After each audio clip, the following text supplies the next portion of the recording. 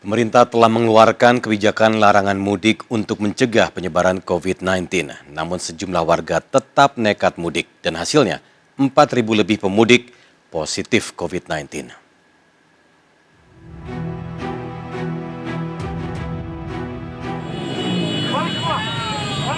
Pemerintah memberlakukan larangan mudik 6 hingga 17 Mei.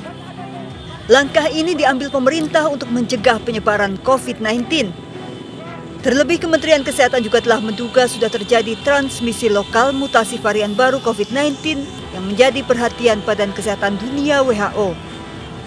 Berdasarkan hasil survei Kementerian Perhubungan, ada 7% atau sekitar 18 juta warga yang tetap nekat mudik meski pemerintah melarang. Pemerintah pun melakukan tes acak terhadap 6.742 pemudik. Hasilnya mengejutkan, 4.123 pemudik positif COVID-19.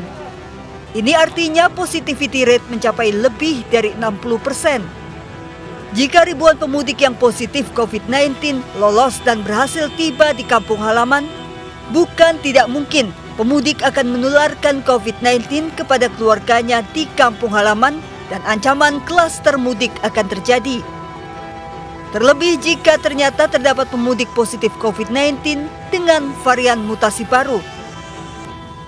Pengetatan yang dilakukan oleh Polri itu di 381 lokasi dan operasi ketupat kemarin jumlah pemudik yang di random testing dari 6.742, konfirmasi positifnya 4.123 orang dan dilakukan isolasi mandiri 1.686 orang dan dirawat 75 orang. Kemudian untuk operasi kendaraan atau operasi ketupat, jumlah yang diperiksa kendaraannya adalah 113.694, yang diputarbalikan 41.097, dan pelanggaran travel Grab adalah 346 kendaraan. Berkaca dari sebelumnya, lonjakan kasus COVID-19 justru terjadi 2 pekan pasca libur panjang karena tingginya mobilitas warga. Pasca libur panjang Idul Fitri 22 hingga 25 Mei 2020, lonjakan kasus harian COVID-19 mencapai 93% dengan angka kematian mingguan naik hingga 66%.